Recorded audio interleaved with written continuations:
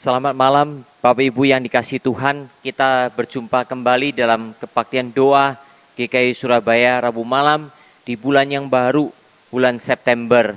Kita sungguh bersyukur kepada Tuhan, sekalipun kita tidak bisa bertemu, berkumpul di gereja, tetapi setidaknya secara online ini kita bisa bersekutu bersama-sama. Dan biarlah kerohanian kita di dalam topangan dari Roh Kudus menolong kita untuk semakin bersatu di dalam Tuhan. Mari kita bersama-sama memulainya dengan menyanyikan satu lagu, Kau Termulia. Lagu yang sangat indah sekali bagi kita semua.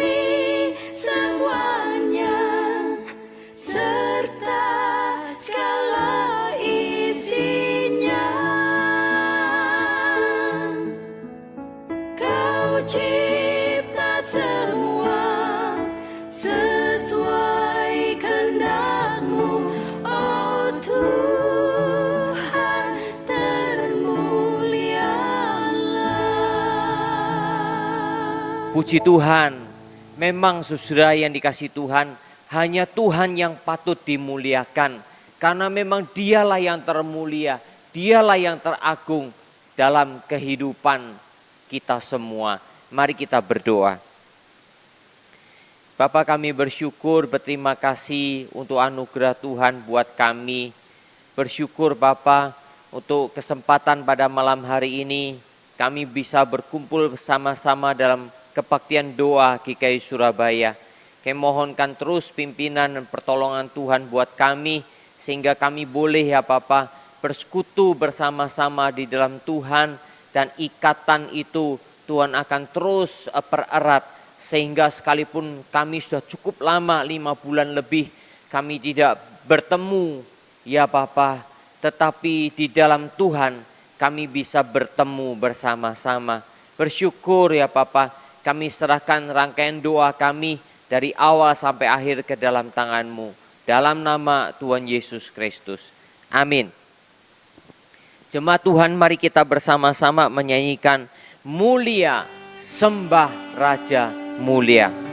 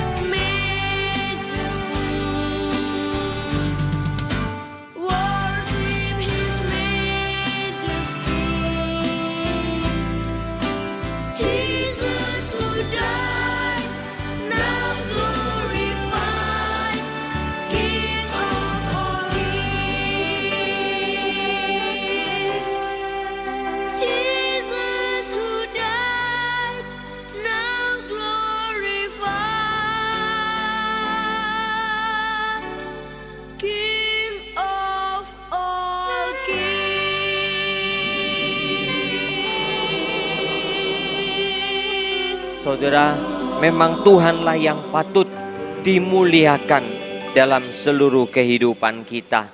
Saudara, sebelum kita memasuki firman Tuhan yang akan kita renungkan, kita lebih dahulu sudah mau berdoa bersama-sama. Mari kita berdoa untuk situasi dunia pada saat ini.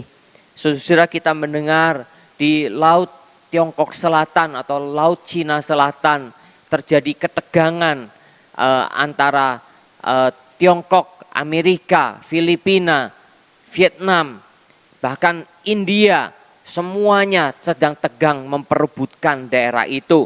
Juga kita berdoa untuk situasi di Laut Mediterania, ketegangan terjadi antara Yunani dan Turki.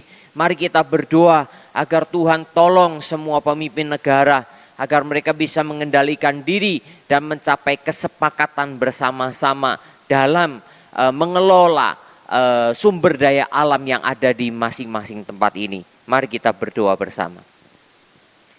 Bapa, kami mau berdoa menyerahkan secara khusus ya Bapa untuk keadaan dunia ini. Kami mau berdoa ya Bapa, di tengah-tengah pandemi COVID-19, ternyata antar negara terjadi ketegangan karena memperebutkan daerah-daerah yang tak bertuan. Kami mau berdoa Bapak, situasi yang terjadi di Laut Mediterania untuk memperebutkan sumber daya alam di situ ya Bapak, antara Yunani dan Turki sampai begitu tegang dan ingin berperang.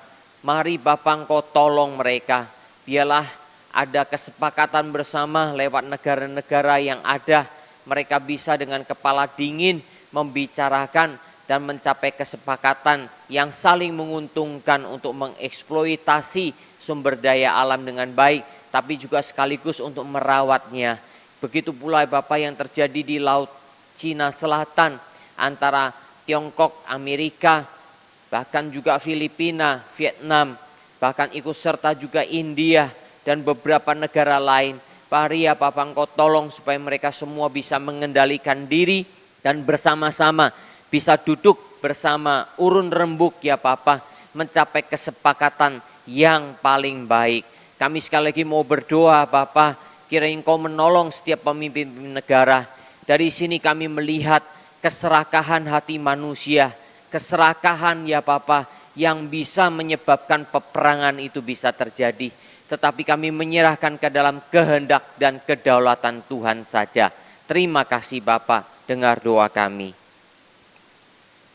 Mari kita berdoa bersama-sama untuk ketersediaan pangan di seluruh muka bumi.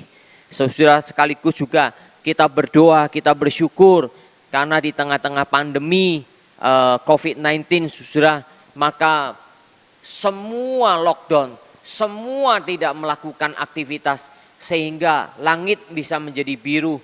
Kita berdoa supaya penyesuaian cuaca, supaya alam ini bisa menyesuaikan diri kembali, dan ini menjadi sisi positif yang kita bisa melihat, dan sekaligus kita melihat kemuliaan Tuhan di tengah-tengahnya. Mari kita berdoa bersama. Bapak, kami mau berdoa untuk ketersediaan pangan di seluruh muka bumi. Bertambahnya manusia yang semakin berlipat-lipat, tetapi ya Bapak, ketersediaan pangan yang juga terbatas.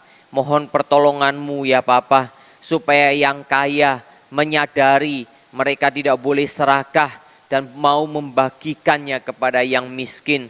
Kami mendengar ya Bapak, ada ratusan juta orang berada di tengah-tengah kemiskinan dan mereka sedang kelaparan. Mohon belas kasihan-Mu ya Bapak. Kami mau berdoa supaya ketersediaan pangan bisa tetap mencukupi kebutuhan umat manusia di dunia ini. Begitu pula dengan situasi alam. Kami bersyukur Bapak, dengan adanya pandemi membuat orang berhenti bergerak, sehingga ya Bapak, polusi di dunia ini akhirnya bisa berhenti, dan kami melihat ya Bapak, langit menjadi biru, dan kami bersyukur karena polusi semakin bisa terkurangi. Biarlah ini semua ya Bapak menyebabkan alam bisa menyesuaikan diri sesuai dengan karya Tuhan, dan Tuhan sendiri kami bisa melihat kemuliaan Tuhan di tengah-tengah keadaan ini. bahwa Tuhanlah yang berkuasa atas muka bumi ini. Begitu pula Bapa, biarlah ini menjadi sisi positif bagi manusia dengan cuaca yang baik, dengan udara yang segar, sehingga manusia bisa ya Bapa memiliki kesehatan dan kekuatan dalam melawan COVID-19 yang ada. Terima kasih Bapa, dengar doa kami. Kita doakan saudara untuk vaksin COVID-19 yang masih terus diusahakan. Kita doakan bersama-sama. Kami mau berdoa Bapak untuk vaksin COVID-19 yang sedang terus diusahakan oleh berbagai ahli-ahli. Kami percaya Tuhan akan menolong. Fase ketiga yang sudah dijalankan oleh beberapa negara. Mari Bapak supaya itu semua bisa menghasilkan yang maksimal. Mendekati 100% ya Bapak, sehingga produksi vaksin akhirnya bisa diperbanyak untuk memenuhi kebutuhan vaksinasi masyarakat, secara khusus mereka yang berkepentingan, yaitu tenaga medis, para dokter yang sangat-sangat rentan dengan penularan COVID ini. Bapak, kami serahkan ke dalam tangan-Mu. Tolong juga Bapak negara-negara untuk tidak memanfaatkan ini hanya untuk kepentingan bisnis, hanya untuk kepentingan mengeruk keuntungan. Kiranya Bapa, Engkau menegur hati nurani mereka ya Bapa, sehingga mereka betul-betul berjiwa sosial di dalam membantu masyarakat yang ada. Terima kasih ya Bapa, dengar doa kami. Saudara, kita mau berdoa untuk sekolah minggu Sinode GKY yang sedang merencanakan, memikirkan pelayanan ke depan untuk anak-anak. Biarlah Tuhan yang menolong setiap pembina sekolah minggu di setiap GKY bisa urun rembuk bersama-sama sehingga bisa mendapatkan satu solusi bagaimana penanganan rohani anak-anak kita. Mari kita berdoa bersama. Bapak, kami mau berdoa menyerahkan secara khusus Bapak untuk sekolah minggu GKY. Bapak, kami mau berdoa untuk rencana urun rembuk bersama-sama seluruh sekolah minggu Sinode GKY. Pimpinlah ya Bapak semua pembina-pembina bersama dengan pembina Sinode untuk bisa ya Bapak memikirkan dengan baik dan tepat bagaimana menangani dan membina kerohanian anak-anak yang dipercayakan oleh Tuhan kepada setiap gereja GKY. Kami serahkan ke dalam tangan-Mu, pimpinlah pertemuan di minggu-minggu ke depan ya Bapa. Kami serahkan ke dalam tangan kasih Tuhan saja. Dengar doa kami dalam nama Tuhan Yesus Kristus. Amin. Saudara, kita bersyukur untuk saudara kita Yosua yang sudah melayani selama 1 tahun di tempat kita. Dan hari ini tentu dia sudah ada di Samarinda untuk melayani di gereja asalnya. Kita doakan juga untuk penginjil Lewi yang sedang melaksanakan orientasi di GKI Pluit untuk nantinya bulan depan bisa diutus ke GKI Surabaya. Doakanlah supaya penginjil Lewi sungguh-sungguh bisa dipersiapkan dengan baik dan bisa melayani pemuda remaja dan mengembangkannya. Mari kita berdoa bersama. Bapak, kami bersyukur untuk saudara kami Yosua yang sudah boleh melayani selama 1 tahun di tempat kami. Kami bersyukur dan dia sudah berada di Samarinda untuk nantinya ya Bapak melayani sepenuhnya di gereja asalnya. Mari pimpin dan sertai ya Bapak sehingga dia bisa melayani dengan baik di sana. Bapak, kami mau berdoa bersyukur untuk penginjil Lewi hari ini juga ya Bapak di bulan ini selama 1 bulan menjalani orientasi di GKI Pluit. Sertai Bapak supaya dia boleh dilengkapi dengan baik dan akhirnya bisa diutus bulan Oktober ke tengah-tengah kami. Agar pemuda remaja di gereja kami semakin juga bisa ditangani dengan baik. Terima kasih Bapak, kiranya Engkau juga menolong penginjil Lewi nantinya. Dengar doa kami dalam nama Tuhan Yesus Kristus. Amin. Kita doakan untuk program kerja tahun depan. Doakanlah Yesus sudah pada Sabtu ketiga kita bersama-sama dari pengurus akan membuat satu perencanaan untuk program kerja tahun depan. Mari kita berdoa bersama. Kami mau berdoa Bapa, menyerahkan juga untuk program kerja tahun depan yang akan dibahas bersama-sama pada Sabtu ketiga. Kami mohonkan pimpinan Tuhan, seluruh pengurus baru untuk bisa berunding bersama-sama memikirkan yang terbaik. Bapa, kami mau berdoa kiranya Engkau juga menolong kebersamaan, kesehatian, kesungguhan kami dalam melayani bersama-sama. Sehingga Bapa, GKI Surabaya akhirnya akan dipakai oleh Tuhan dengan luar biasa. Walaupun Bapak kami juga tidak tahu apa yang akan terjadi nantinya ketika gereja sudah dibuka kembali. Tetapi kami percayakan ke dalam tangan-Mu karena Engkau memiliki rencana-rencana yang indah bagi kami. Berikan kepada kami juga kepekaan ya Bapak untuk menyesuaikan diri dengan keadaan yang ada. Bersyukur, berterima kasih Bapak. Dengar seluruh doa kami. Dalam nama Tuhan Yesus Kristus. Amin. Terakhir saudara, kita doakan untuk kesehatan kita. Kita doakan untuk usaha pekerjaan kita masing-masing di tengah-tengah situasi yang sekarang. Biarlah kita boleh dengan hikmat Tuhan menyesuaikan diri dengan keadaan yang ada. Mari kita berdoa. Bapak, kami mau berdoa menyerahkan secara khusus untuk usaha pekerjaan jemaat kami satu demi satu. Pimpinlah ya Bapa, di tengah-tengah pandemi yang ada, Engkau terus menolong agar ada penyesuaian diri di setiap keluarga-keluarga. Yang mau berdoa menyerahkan juga untuk kesehatan kami masing-masing. Kiranya anugerah-Mu menaungi kami Bapa, memberikan kesehatan yang secukupnya dan berikan kepada kami hikmat juga untuk menjaga protokol kesehatan. Bersyukur, berterima kasih Bapa. Dengar seluruh doa kami dalam nama Tuhan Yesus Kristus. Amin. Saudara, mari kita menyanyikan bersama-sama sebuah lagu tadi, Kau Termulia. Kau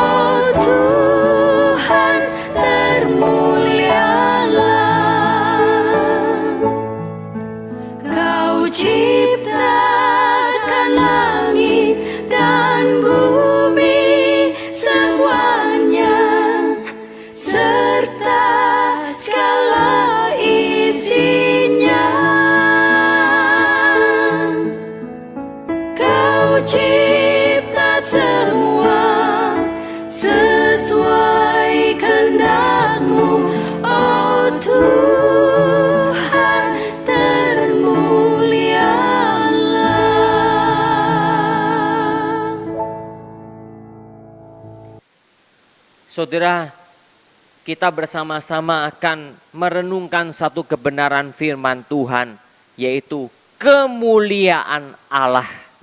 Kita bersama-sama membaca Keluaran 33 ayatnya yang ke-18. Tetapi jawabnya, perlihatkanlah kiranya kemuliaan-Mu kepadaku. Perlihatkanlah kiranya kemuliaan-Mu kepadaku.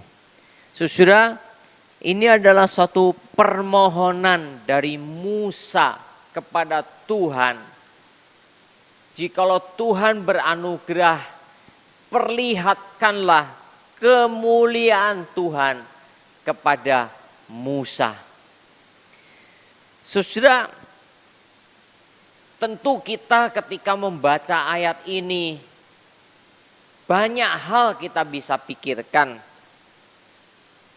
Berani-beraninyakah Musa untuk meminta melihat kemuliaan Tuhan, melihat wajah Tuhan? Saudara, di satu sisi yang lain mungkin ada yang berpikir sangat excited, sangat-sangat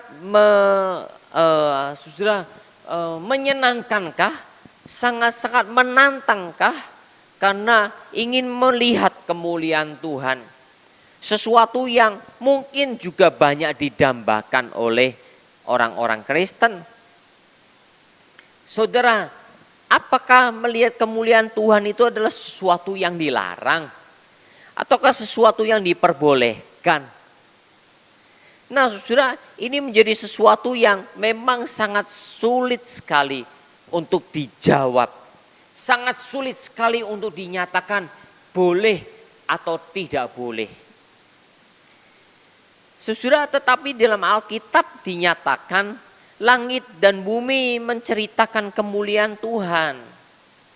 Sehingga saudara, kalau kita bisa melihat dengan baik-baik, melihat bulan dan bintang di langit, melihat cuaca yang Tuhan sediakan, melihat seluruh karya Tuhan di alam semesta ini, sebetulnya kita pun sudah bisa melihat kemuliaan Tuhan. Tadi kita mendoakan penyesuaian cuaca. Saudara, di tengah-tengah pandemi COVID-19 ini, hampir semua penerbangan berhenti. Hampir semua mobil tidak dijalankan. Bahkan sekarang terjadi tren naik sepeda semua. Sehingga saudara, go green. Semua masyarakat di seluruh dunia, kota-kota besar khususnya, saudara, semua boleh katakan agak berhenti. Istilahnya pause di dalam istilah elektronik, ya, pause, berhenti sejenak. Atau kalau mau mengatakan kalau beruang sedang tidur berbulan-bulan, namanya hibernate, ya, hibernasi. Nah, saudara, melalui hibernasi, melalui pause yang terjadi di seluruh dunia, membuat langit menjadi biru. Dan kita bersyukur udara menjadi lebih baik, tidak terpolusi. Saudara, di situ pun kita bisa melihat kemuliaan Tuhan, bukan? Tetapi saudara, kalau mau melihat wajah Tuhan, mau melihat kemuliaan Tuhan yang begitu luar biasa itu, saudara, menurut saya itu adalah suatu langkah yang sangat berani. Suatu langkah yang sebetulnya di sisi yang lain, saudara, betul-betul harus mempersiapkan diri dengan baik. Sebab apa? Tidak semua permintaan kita bisa Tuhan kabulkan. Sebab itu adalah kedaulatan Tuhan. Itu adalah hak Tuhan untuk memperlihatkan kemuliaannya kepada orang-orang tertentu. Sebab itu saudara, mari kita akan belajar bersama-sama lewat catatan Alkitab. Berapa banyak orang yang telah melihat kemuliaan Tuhan, kemuliaan Allah. Kita lebih dahulu melihat kepada dari awal, yaitu Ayub. Ayub kemungkinan adalah orang yang sejaman dengan Abraham. Ayub adalah orang yang sangat saleh, orang yang jujur, orang yang melakukan kebenaran. Dia takut akan Allah. Sampai Tuhan pun mengakuinya dan berkata kepada iblis pada waktu itu, Kamu lihat tidak hambaku Ayub, dia begitu takut akan Tuhan. Saudaraku yang kasih oleh Tuhan, begitu luar biasanya Ayub orang yang demikian saleh. Tapi saudara, oleh karena bujukan dari iblis, maka saudara, Tuhan mengizinkan Ayub menderita. Dan di tengah-tengah penderitaannya itu pun saudara bisa melihat 3 temannya yang mencela Ayub. Saudara, tidak bisa membuktikan kesalahan Ayub satupun. Sehingga saudara, akhirnya Tuhan yang harus turun tangan. Walaupun sebelumnya ada 1 teman lagi namanya Elihu yang berpikir dengan jernih bahwa tidak ada seorang manusia pun sempurna di hadapan Tuhan. Ayub yang begitu terlihat sempurna ketika melihat Tuhan sendiri. Dari kata orang, aku mendengar tentang engkau, tetapi sekarang mataku sendiri melihat engkau. Setelah Tuhan berbicara cukup lama dengan ayat-ayat yang luar biasa yang ditaruh di pasal-pasal terakhir. Ayub katakan, aku mencabut semua perkataanku.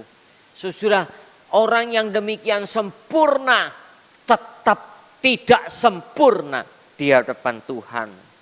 Saudara, karena itulah saudara, akhirnya Ayub sadar dia adalah orang yang nista, dia adalah orang yang hina dibandingkan dengan kemuliaan Tuhan.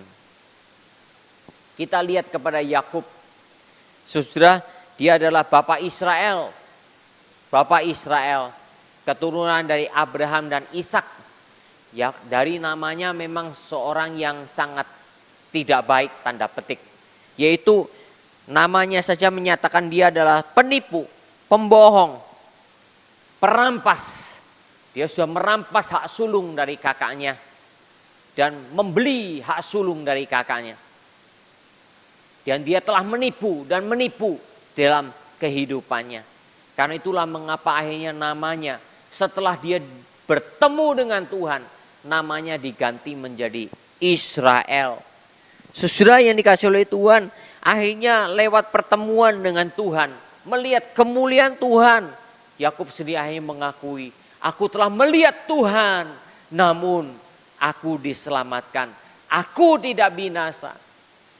Dan lewat melihat kemuliaan Tuhan, Yakub akhirnya mengakui, mengoreksi aib dirinya, mengoreksi kejelekan karakternya, mengoreksi seluruh perbuatannya yang salah di hadapan Tuhan. Saudara yang dikasih oleh Tuhan, itulah Yakub. Setelah melihat kemuliaan Tuhan, segala hal kenistaan, segala hal keaiban, segala karakternya, kebusukan dirinya, semuanya diungkapkan dan Yakub mengakui di hadapan Tuhan. Ketiga, kita melihat Musa.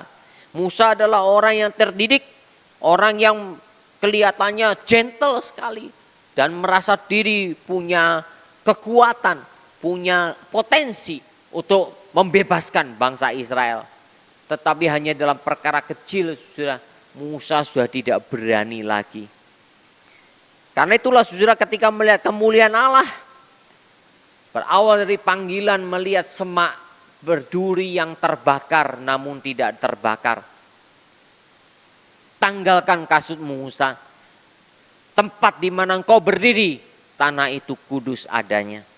Saudara, dari situlah saudara, Musa akhirnya menaruh rasa hormat dan takut akan Tuhan.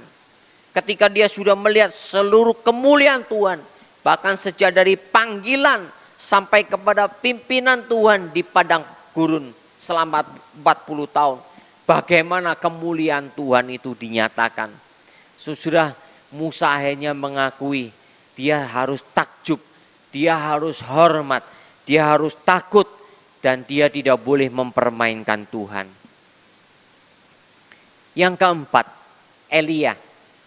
Nabi yang sangat luar biasa, nabi yang pemberani, nabi yang boleh dikatakan sudah hebat sekali.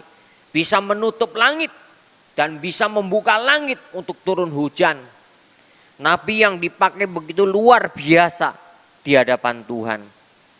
Tetapi sudah ketika itu di dalam tengah-tengah keputusasaan, nabi yang sepertinya tidak sabar, nabi yang kelihatannya sudah ingin seolah-olah Tuhan menyatakan kuasanya yang begitu luar biasa. Tuhan menunjukkan dengan kemuliaan yang luar biasa. Guntur, api, kilat yang sambar menyambar. Tetapi tidak ada Tuhan di tengah-tengah guntur. Tidak ada Tuhan di tengah-tengah kilat. Tidak ada Tuhan di tengah-tengah angin itu. Saudara, akhirnya Elia menutup mukanya dengan jubahnya. Dan Tuhan memberikan satu penghiburan kepada Elia di tengah-tengah keputusasaan yang dia alami. Kelima, Yesaya. Yesaya adalah nabi yang luar biasa. Nabi yang boleh dikatakan di dalam pelayanannya memberitakan mengenai keselamatan, Injil keselamatan dari Tuhan.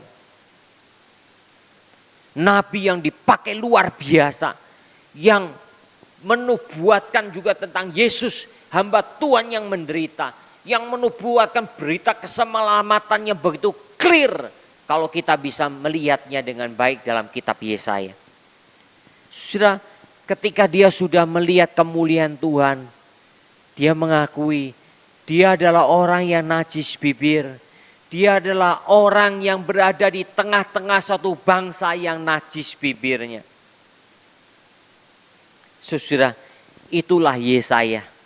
Sehingga akhirnya bibirnya dijamah oleh Tuhan, disucikan oleh Tuhan, dan dipakai oleh Tuhan untuk memberitakan Injil keselamatan yang dari Tuhan.